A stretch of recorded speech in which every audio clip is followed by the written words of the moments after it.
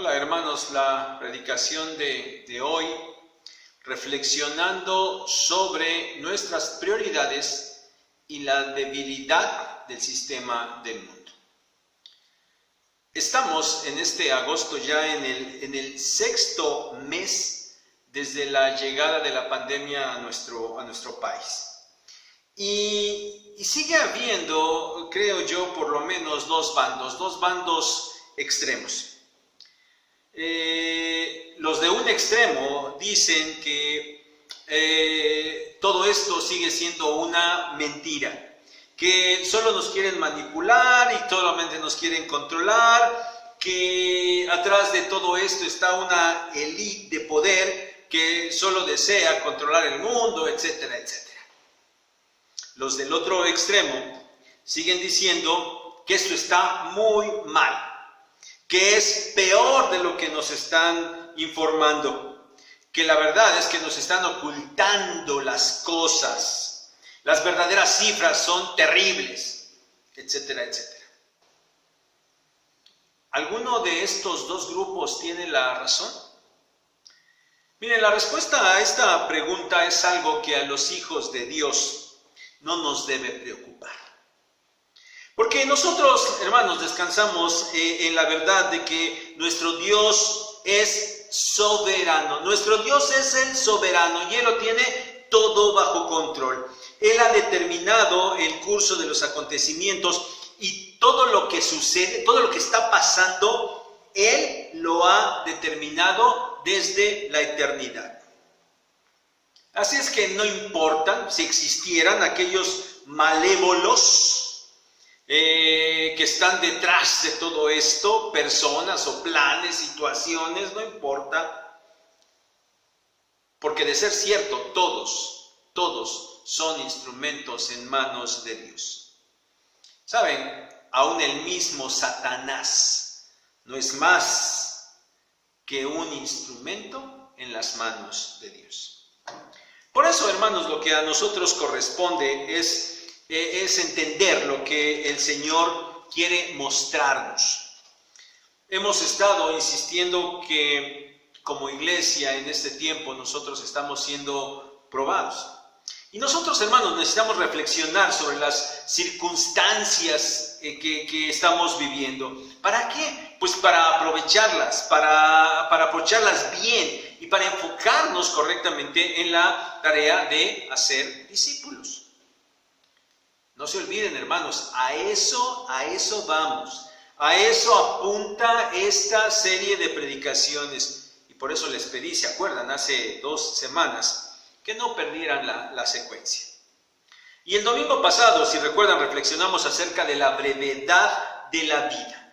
Y la exhortación fue a aprovechar el tiempo que nos quede en esta tierra para trabajar haciendo discípulos. Porque esto, hermanos, esto es lo único que le da sentido a la vida terrenal de un discípulo del Señor Jesucristo.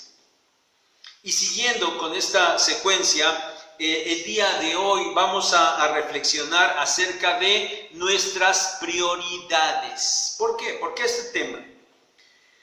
Porque tristemente, la prioridad de muchísimos cristianos son las cosas del mundo.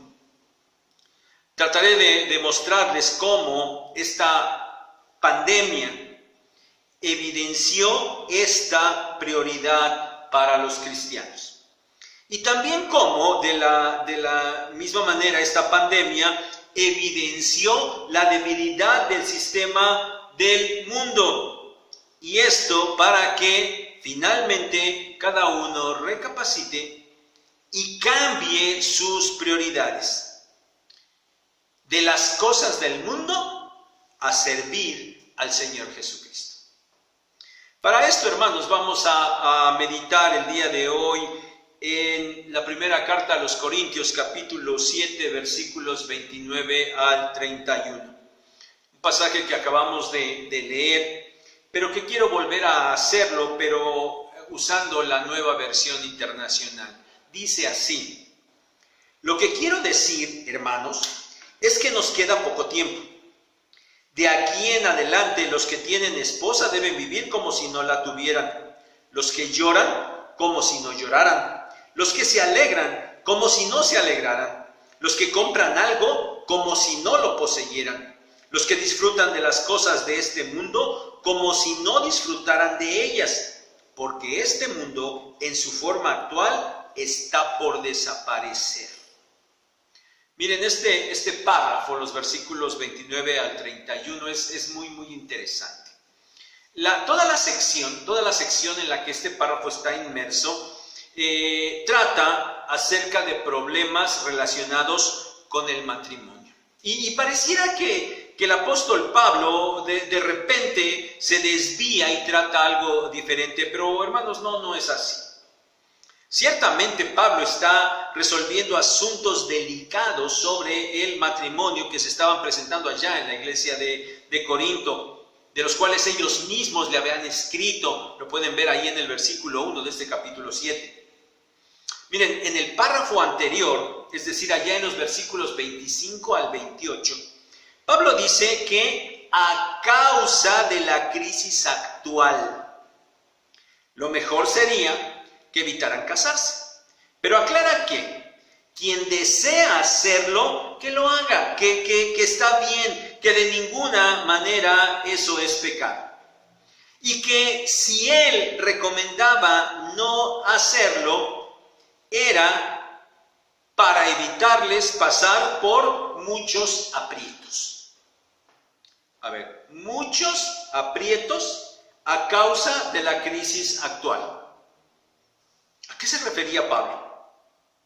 Bueno, simplemente sigamos con los versículos en los que nos centraremos el día de hoy. Versículos 29 al 31. Pablo escribe y aclara: lo que quiero decir, hermanos, es que nos queda poco tiempo. ¿Pero por qué dice esto Pablo? ¿Por qué quedaba poco tiempo?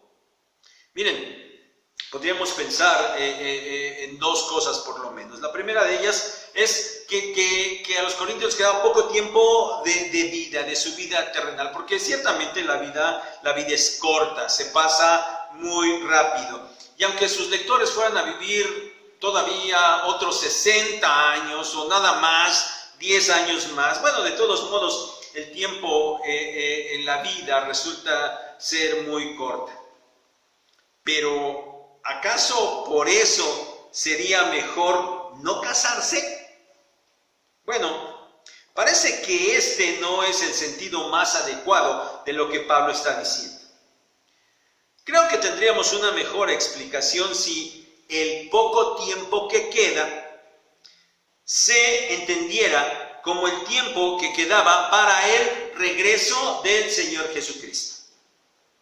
Bueno, claro que hoy día, a 2000 años de distancia, nos parecería que tampoco sería la mejor explicación del significado del poco tiempo, porque ya son 2000 años. Sin embargo, debemos tener presente el momento en el que Pablo está escribiendo. Acuérdense que para los primeros cristianos, el regreso del Señor era un evento que sucedería en breve tiempo, mientras ellos estaban vivos todavía. Y Pablo, allá en la primera etapa de su ministerio, también estaba plenamente convencido de eso.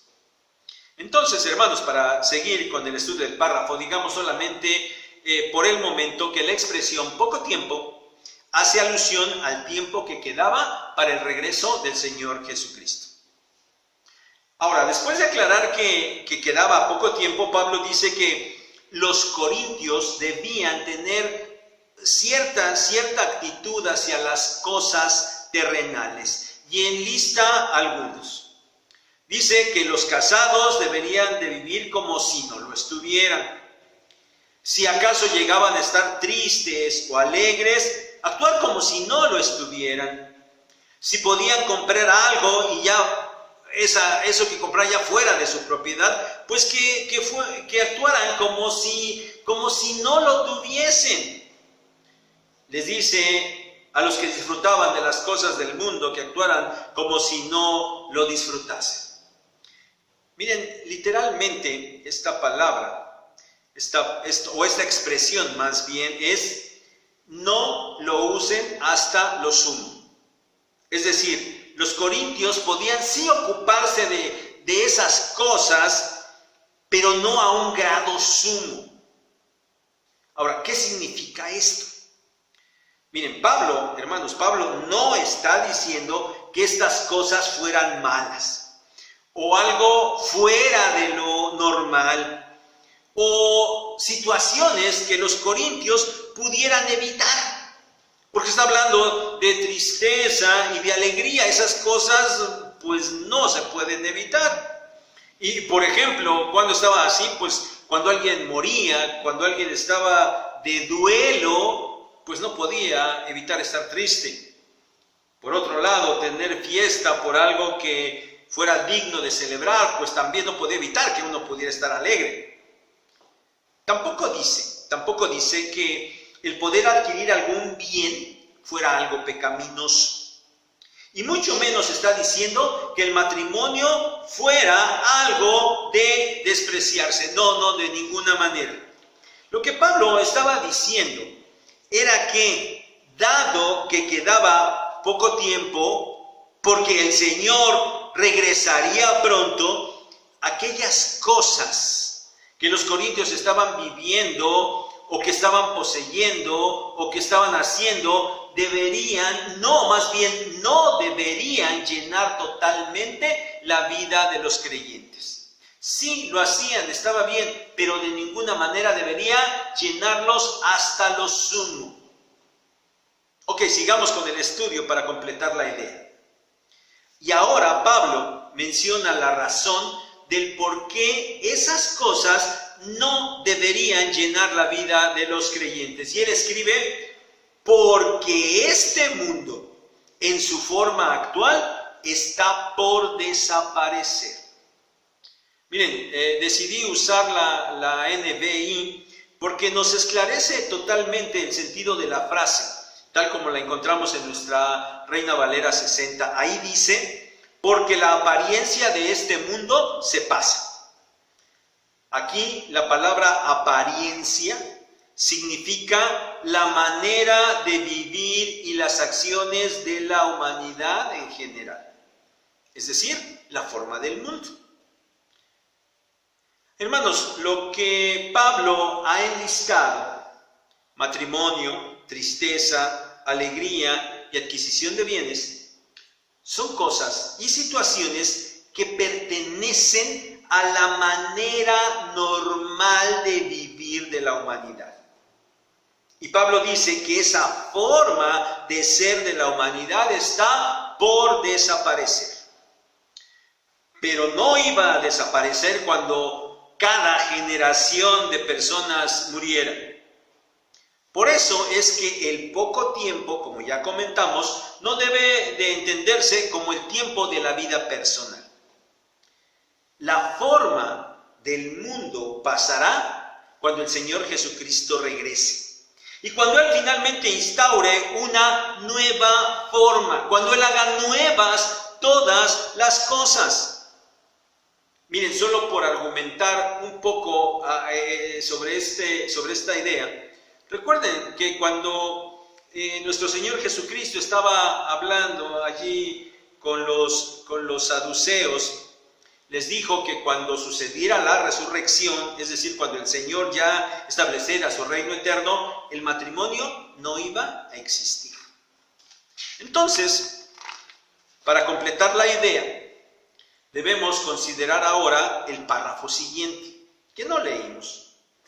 Los versículos 32 al 35. En estos versículos, Pablo explica que en realidad no hay restricción para el matrimonio, pero que cuando alguien se casa es muy natural que se ocupe del bienestar y de agradar a su cónyuge. Mientras que el soltero, el que no tiene compromiso, se ocupa más de las cosas del Señor y de agradarlo a Él. Por eso había dicho que un casado hiciera como si no lo estuviera. no para desocuparse de su responsabilidad conyugal, sino para que no dejara de ocuparse en servir y agradar al Señor. Y lo mismo tenía que pasar con la tristeza, con la alegría y con los bienes que se pudieran adquirir y con el disfrute de este mundo. Hermanos, en conclusión, lo que Pablo está escribiendo a los corintios es que todo lo que pertenece a la forma de ser del mundo se acabará. Sucederá cuando el Señor Jesucristo vuelva a esta tierra. Y como ese regreso es inminente, queda poco tiempo. Por lo tanto, no hay que ocuparse de esas cosas con una entrega total, porque se descuidaría lo más importante, lo prioritario: servir y agradar al Señor.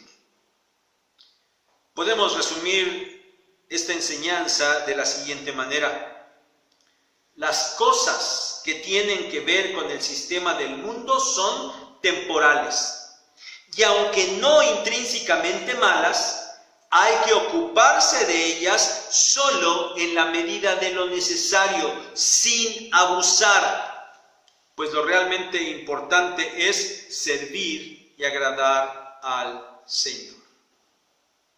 Hermanos, esto resulta ser algo que hemos dicho incontables veces. La prioridad en la vida de un cristiano es ocuparse de servir a su Señor, y todo lo demás debe pasar a segundo término. Ahora reflexionemos sobre esto. Miren, allá en los tiempos de trabajo de mi profesión, en la empresa que yo trabajaba, ¿saben? Teníamos un proveedor que podía decir era un poco molesto. Bueno, eso para ser amable, ¿verdad? Nos proveía de ciertos materiales, y aunque él sabía que el trabajo que teníamos en ese momento no requería de los productos que él nos proveía, de todas maneras, cada semana él llamaba, creo que 3 veces por semana, y siempre con lo mismo. ¿Qué tal? ¿Qué haciendo? ¿Trabajando? Pues no nos queda de otra, ¿verdad? Hermanos, esta en realidad es una frase muy común en el mundo. Parece que nos debemos resignar, porque tanto en el trabajo como en las otras áreas de la vida, así son las cosas. El mundo funciona así, de cierta manera. Ese es su sistema, y no podemos hacer algo diferente. Saben, hermanos, la cuestión es que los cristianos nos hemos dejado envolver por el sistema del mundo, y sus prioridades se han vuelto nuestras prioridades. Y la funesta consecuencia es que hemos dejado en un segundo plano lo que realmente debe ser prioritario para nosotros. Porque aunque nosotros sabemos que todo el sistema del mundo es temporal, que no va a trascender, parece que nos olvidamos de eso y nos ocupamos con gran vehemencia de las cosas del mundo y le damos la prioridad. ¿Cómo funciona el mundo? ¿Podríamos resumirlo en pocas palabras? ¿Cuál es su forma? ¿Cómo es su sistema? A ver, intentémoslo. El sistema del mundo está basado en cosas vanas, en el bienestar, que en estos tiempos ha incluido la salud. El sistema del mundo está basado en dinero, entretenimiento, esparcimiento. Y para poder lograr esas cosas, bueno, hay que estudiar, y estudiar mucho, para poder entrar a las mejores escuelas, para poder estudiar las mejores carreras, las que son mejor remuneradas. para tener un buen trabajo, con un buen sueldo y poder tener un buen estatus económico, para adquirir las mejores cosas y poder acceder a los mejores entretenimientos y disfrutar de los mejores lugares para vacacionar. Bueno, esto parece ser la idea en términos generales. Otros, ¿verdad? Otros por ahí tienen una mentalidad más triunfadora y aspiran a trascender en actividades con las cuales ellos pueden lograr mucha fama. Porque con eso que se ha mencionado, lo que hemos mencionado anteriormente, se logra con mucho mayor éxito y a una escala mucho mayor. Pero bueno, si acaso no fue posible estudiar ni ser famoso, entonces hay que trabajar y trabajar muy duro para que de todas maneras se pueda disfrutar de todas esas cosas y a un buen nivel. Y se puede lograr. Bueno, en el peor de los casos, de todas maneras se debe trabajar muy duro para tener por lo menos lo necesario. Este parece ser, en resumen, el sistema del mundo. Y los cristianos nos enganchamos totalmente con eso, olvidando que estas cosas son intrascendentes y muchas de ellas totalmente vanas. Este tiempo que ya dijimos que no es propiamente una prueba para la humanidad, sino una prueba para la iglesia, nos debe hacer reflexionar. Porque el Señor nos está recordando que el sistema del mundo es frágil, temporal, y en estos meses nos lo ha mostrado claramente. La pandemia ha detenido prácticamente todo, y por varios meses.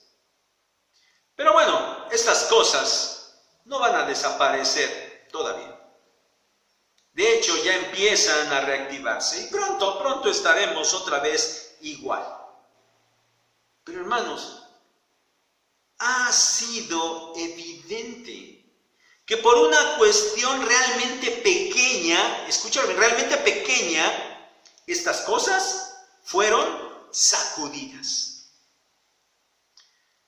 Mira, no lo hemos hecho.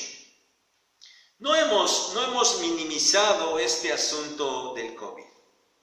Hemos tomado la enfermedad en serio y hemos tomado las provisiones que nos han sido recomendadas. Y si te das cuenta, creo que al extremo. Pero hermano, ¿sabes? Ahora quiero también reflexionar sobre la otra cara de la moneda, sobre la magnitud de la pandemia. Mira, para fines del ejemplo que deseo transmitirles, tomé como base estos 3 datos. La población mundial es de 7.700 millones de habitantes. La población en México es de 127 millones de habitantes. Y la población aquí en nuestra ciudad Neza es de 1.230.000 habitantes. Bueno, alguno me dice, oye, faltan un poco, números, miles más, miles menos, pero por ahí anda el asunto. Mira, al jueves pasado, el jueves 20 de agosto, los datos de la pandemia son los siguientes. En el mundo hay 22.511.187 contagiados y han muerto 789.728 personas. ¿Sabes? Esto representa el 0.29 solamente de infectados en la población mundial. Solamente el 0.29% se ha contagiado. Y solamente de la población mundial, el 0.01% ha muerto. Mira, para que te des una idea de la magnitud, hace un siglo, de 1918 a 1920, la población mundial rondaba más o menos los 1.650 millones de habitantes. En esos años se presentó una pandemia, la llamada gripe española. ¿Sabes? Hace un siglo, 500 millones de personas se contagiaron. ¿Sabes cuánto fue esto? El 30% de la población mundial de aquella época. Hoy, solamente el 0.29. ¿Sabes cuánto es eso? 100 veces menos. Y en aquella pandemia murieron 50 millones de personas. El 3% de la población mundial. Hoy han muerto el 0.01%. ¿Sabes? 300 veces menos. En México, al jueves pasado, 20 de agosto, hay 543.806 contagiados y 59.106 muertos, lo cual representa el 0.43% de contagiados de la población mexicana y el 0.047% de muertos de la población mexicana. Vamos a nuestra ciudad Neza. 5.678 contagiados, lo que representa el 0.46% de la población. Ni siquiera el 1%, ni siquiera. Y 871 muertos, el 0.071 de la población de Neza. Hermanos, ¿se dan cuenta de lo pequeño que en realidad es? Hermanos, ¿realmente la situación es tan trágica como se ha dicho? La verdad es que no. Mira, sí, yo sé que el estar diciendo esto quizá ofenderá a algunos o a muchos, porque parecería que fuera yo un insensible, porque pues a final de cuentas sí hay muchas personas muertas y como si no importara, o como si estuviera yo despreciando la situación, pero no es así. Y tampoco me preocupa que lo piensen. Porque en realidad, hermanos, debemos también ser objetivos. Hermanos, lo que yo pretendo con estos datos que te doy es hacerte reflexionar en cómo, con una situación realmente mínima, el mundo ha sido simbrado. El sistema del mundo ha mostrado su debilidad. La pandemia acabó, o si no acabó, por lo menos detuvo drásticamente y también obligó a establecer nuevas formas en la diversión, en el esparcimiento, en la vida social, en la vida familiar, en la escuela, el trabajo. Evidenció lo precario de los sistemas de salud y afectó fuertemente la economía, con cosas muy pequeñas. Todas las cosas que pertenecen al mundo fueron trastornadas, evidenciaron su debilidad y su temporalidad, y por eso vale la pena preguntar: tú, hijo de Dios y discípulo del Señor Jesucristo, ¿vale la pena que te ocupes de estas cosas como tu prioridad, siendo tan frágiles y pudiendo desaparecer tan fácilmente? Reflexiona.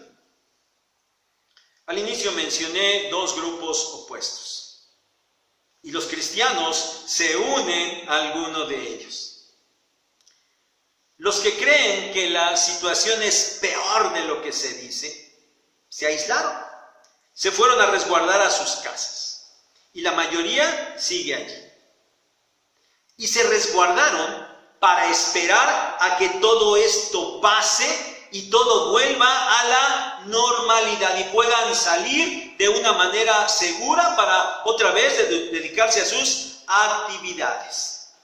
Sí, pareciera que por el momento renunciaron a las cosas del mundo, pero están esperando volver a ellas. Se confinaron por el temor a contagiarse y a morir. ¿Por qué? Porque en el fondo no quieren dejar este mundo ni las cosas de este mundo. En el otro extremo están los que creen que todo es mentira y se han esforzado por echar abajo esa gran mentira. Quieren que todo siga como antes. Es decir, ¿qué están mostrando? Su apego al sistema del mundo, que todo vuelva a ser como estaba. Están demostrando su apego al mundo como su prioridad. Mi hermano, ¿tú a cuál de estos dos grupos perteneces? Pero hermanos, centrándonos en el tema de hoy, que son las prioridades, como dije, la actuación de estos dos grupos de cristianos solo mostraría prioridad por las cosas del mundo. Miren, si se atrevieran a decir que no es así, yo les preguntaría entonces, a pesar del cambio drástico, a pesar del encierro, a pesar de no poder hacer muchas cosas, ¿se ocuparon de hacer discípulos? ¿Trabajaron en eso? Debes recapacitar en cuáles son tus prioridades. Porque ya sabes, sí lo sabes, te lo hemos dicho muchas veces. Cuando llegues al cielo, un premio Nobel, un balón de oro, una medalla olímpica, un Oscar, un Ariel, una cuenta bancaria con muchos ceros, no van a valer absolutamente nada.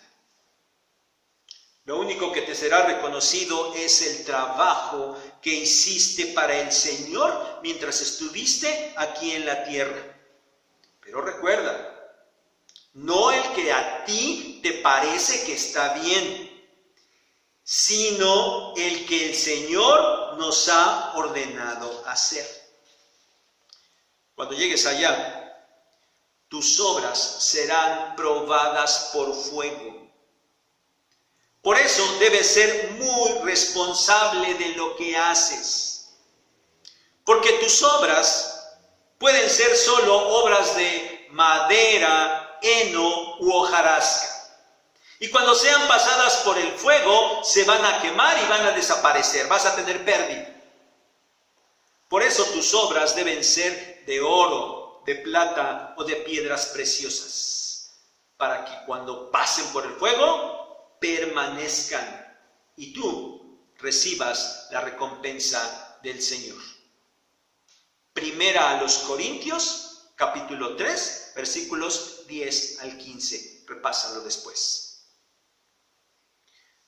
Y hermanos, debe ser evidente que esas obras que van a permanecer y que van a recibir recompensa no son las que pertenecen al sistema que el mundo valora.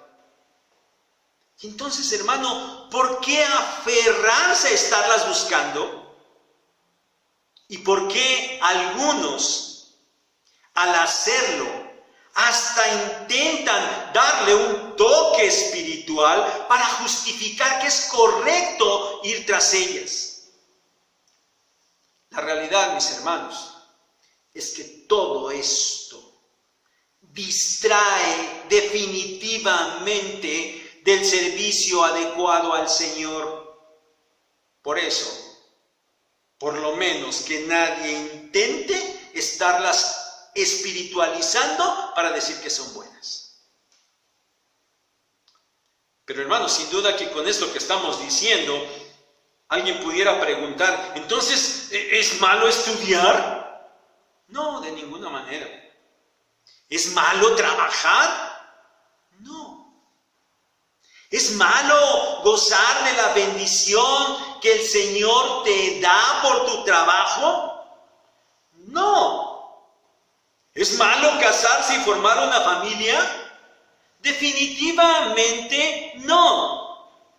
Pero si eso se vuelve tu distracción, si eso se vuelve lo primero en tu vida, y si literalmente eso se vuelve a tu ídolo, y por estar atendiendo eso, no te dedicas primordialmente a trabajar para el Señor haciendo discípulos, entonces sí es malo. Entonces sí es malo. Entonces no está bien. Y entonces todo eso efectivamente se vuelve incorrecto. Eso que haces, eso que tienes, dice Pablo, debe ser como si no lo hicieras o como si no lo tuvieras. Porque solo deberían ser el medio para lograr el fin de ocuparte primordialmente en la obra del Señor de predicar el Evangelio. Hermano, debes reflexionar seriamente acerca de a cuáles cosas le estás dando la prioridad. Hermanos, este era el objetivo. Hacerte recapacitar en la debilidad del sistema del mundo. Y aprovechar esa reflexión para replantear tus prioridades. Pido al Señor que este objetivo se haya logrado y sobre todo que te ocupes de ello. Porque en serio, hermano, en serio vamos a empujar para retomar con fuerza nuestra misión de hacer discípulos. Considéralo muy seriamente. Te estaremos esperando el sábado 12 de septiembre para saber primero si lo has entendido y segundo y sobre todo si te vas a comprometer a hacerlo. ¿Sabes? Yo sé, tristemente, que habrá quien dirá: híjole, pues yo sí quisiera, pero es que no puedo, ¿por qué? Y ahí viene la justificación. Estos que digan de esta forma, tal vez no lo entendieron, pero yo creo que más bien le van a querer seguir dando prioridad a las cosas del mundo. Hermano, reflexiona en la debilidad de eso y replantea tus prioridades. Dios te bendiga.